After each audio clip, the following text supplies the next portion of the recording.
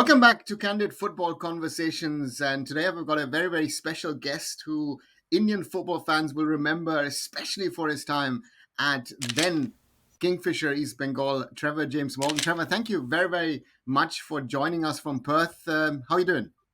Oh, very well, thank you. Yeah, it's nice to be on and be able to relay some of the experiences I had in India. Yes, your experiences. I mean, you came to East Bengal in 2010. Take us back to that time. How did it happen and how was it for you to suddenly end up in Kolkata? Well, certainly an eye opener, but it really came about. I don't know. You probably know Steve Darby, uh, Yes.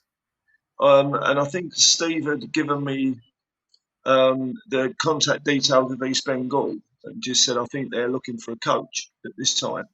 So I applied. I sent my CV into the club, and I got a reply back, and I really, and the job came about because of that. Then you end up in Kolkata. You end up coaching of one of the biggest clubs in India. Were you surprised with the whole shebang in and around the club and how big it is, how many fans it has, how much of media interest there is? Absolutely. I mean, I'd looked on YouTube before, as I'd got the job, and I looked on YouTube and put East Bengal in and Indian football, and I just couldn't believe the size of the stadiums and the support that East Bengal had. Obviously, the derby game against Mohun Bagan is the one that counts, and the amount of people that go to the stadium. We're 80, 90,000. If you tell people that here in Australia that you're at a club in India and you get 90,000 people in there, it's unbelievable. I'd never heard of it before. And the club is huge. The support, the fan base is huge. Maybe not so much the club as such, but the support base is fanatical. I would say it's 24 hours a day, and it goes back a long way as well. It goes back to difficult times in people's lives, and the club means everything to them, and I understand that now. I probably didn't at the time, but the longer I was there, the longer I understood it, the more I understood it. How was it? I mean, if I talk today to fans, your name very often crops up. You didn't win the I League in the end, but you did win trophies with the club. There's a lot of love, a lot of respect for you still there with the fans of East Bengal. How do you feel about that? Well, I think it's great to be remembered in that way. I mean, the second time I left, it wasn't really under very good circumstances. The first time I left was of my own choice, and I think the supporters were sorry to see me go, but I'd been there for 3 years really on my own. My wife was still over it and family, so it was the three the 3 years there was great. We were successful. I know we didn't win the I League, but I still think we were one of the most consistent teams in India, given the competitions that we had to play in, and sometimes the rest that we didn't get in between games. You could be out the country on a Tuesday and then come back and play a Kolkata League game on a Sunday and another I League game on a Tuesday. I think we played 65 games in my first season there. So we were very consistent. It was. I can't say. It, I'm glad that we weren't able to actually win the title, but in terms of what the players gave to the club during that time, I couldn't have asked for anything else. They were fantastic, and it just didn't work out for us that we managed to win the I League. But as I say, I definitely think we were one of the most consistent teams in India during those 3 years. How was it to win titles? I mean, you won the Federation Cup, you won the IFA Shield, you did win thrice the Calcutta Football League.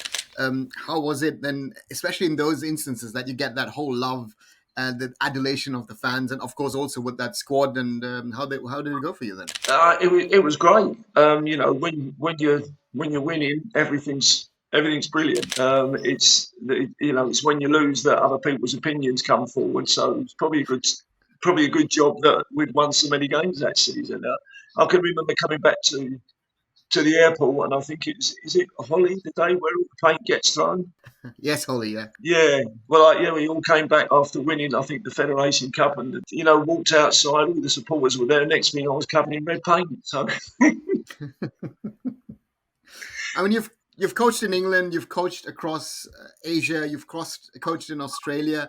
When we come to speak of the derby, is that sort of the biggest game that you have been involved in as a coach? yeah, without a doubt. Yeah, it's simply given to what it means to the supporters, and the amount of people that come and watch the game. Yeah, I think it's a hairs on the back of the neck situation. And I'm very fortunate that I've been able to be involved in a game that big.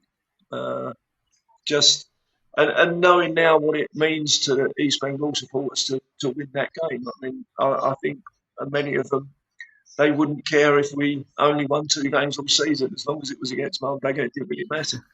It is, right. That's the specialty. How was your interaction with the media? I mean, the media frenzy in those days was not in the level that it's today, but it still was huge with all those channels. Trying to get snippets and things Yeah, of you and your players every day. How was the media interaction for you? different to what I'd ever been used to before. I mean, you have 4 or 5 television crews that training every day, and then all the newspaper reporters are there. But I think I had a pretty good relationship with all of them. But also it helped because we were successful. Things can change very quickly in football, and a lot of the time the media has a lot to do with that because what they think people believe. So yeah, I think I got on well with everyone there and was honest and truthful with them. So I don't think I could do too much more. The question, of course, is that the East Bengal fans would like to hear is, you still follow what East Bengal is doing? I do, yeah, of course. I don't think you can sort of have that attachment with the club and with the supporters and the players who were there. I'll always follow East Bengal. Whatever. I'm West Ham first, and then East Bengal second. Yes, you're a hammer first, certainly. A player who used to play under you returned this season to East Bengal, Harmanjot Singh Cabra. You Oh had the yeah, young Cabra, the talented yeah, Cabra, yeah. in those days, who joined East Bengal from Sporting Club de Goa. He's now 35. What do you say about Cabra, and what do you say about his career, actually? Well, he's had a fantastic career, and he's one of the hardest working players that we had at East Bengal. Maybe not fantastic in sort of in tight situations and one on ones, but every game gave everything that he had, and you knew what you were going to get from him. You could trust him, you could rely on him, and yeah, I'm glad he's deserved that long career. His fitness is probably still very good. He was one of the fittest lads we had, and really did well for us at East Bengal. I was happy to have him in the team. Coming to the Indian Super League, you also had, I guess, the pleasure of being with Kerala Blasters, one of those Yeah, franchises who've really done well for themselves since the start of the ISL. I remember our away game in 2014 when I was in Mumbai City. Steve Darby was with us at the time, actually. It was insane, that whole atmosphere at the Jawaharlal Nehru Stadium over there. How was that experience for you? well, I think that my first season there, every club could have a marquee player. All the managers had to be uh, national, played internationally for their team. So there were some at that period were probably the biggest names in football that India had ever seen, because you had Robert Pires there, you had Zico there, David Trezeguet, David James, Spanish World Cup winners, and there was yeah, it was probably the first 3 or 4 seasons, I would say. It's sort of become a little bit like the I League now, but it wasn't when it first started.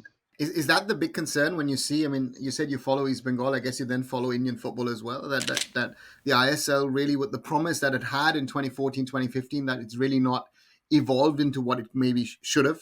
I don't know. I think most, if I might be wrong, but I think the clubs had something like all the clubs that went into it had a 5 or 6 year. There was no relegation, there was nothing else but Mhm. just the I League for 5 or 6 years, something like that. Um, but it depends on the quality of the foreign players. Will make a huge difference to who goes to watch there.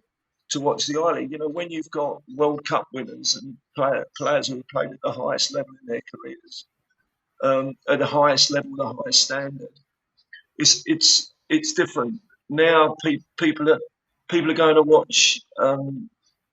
Maybe people who've been, I know boys from the A League now go over there and play from here in Mhm. Australia. Um, but the foreign players we were getting in there were players that have played at Real Madrid, at Barcelona, at Arsenal. There's a big difference. There's a big difference in that. There is a huge difference. I mean, you're based in Australia. One of the biggest signings of this summer has been Jason Cummings, was Yeah, part of the World Cup squad, even played minutes. How is that news in Australia? It's not the first one. I mean, you've had other players also. Royston Griffiths joining Mumbai City last season from Melbourne. Other players have gone. That big name players out of Australia are leaving the A League and going to the ISL. Is that a topic in Australia? it's probably not really, given the other sports that there are in Australia that take preference over football. I mean, I know Dean. Dean Cummings is a player that has played for me here in Australia. Uh, but his brother was playing over in Sydney. Now, given Sydney's a sort of 5 hour flight from Perth, that's given the size of the country. The football over in Sydney, we never get to hear anything about here in Perth. Really. They just report on the local games here. So it's, And and that's yeah. yeah, and then you've got cricket, you've got Aussie rules football, you've got rugby union, rugby league. There's so many different other games here. You've gone on to coach national teams, the senior team of Bhutan, but also the youth national teams of Australia. Is that what you're going to do, or if someone calls you up from India, would you ever leave your family again and head back to India for maybe a final last stint in Indian football? Well, the thing is, it's always in other people's hands, really. If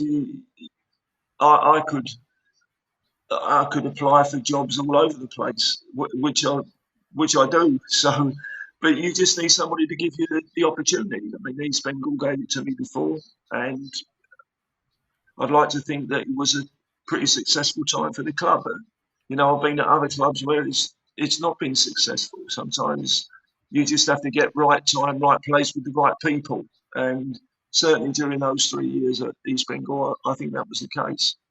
Finally, talking about East Bengal, I mean, you said you follow the club. The club has now been part 3 years in the ISL, in the fourth season now with Carlos Kudrat taking over the club.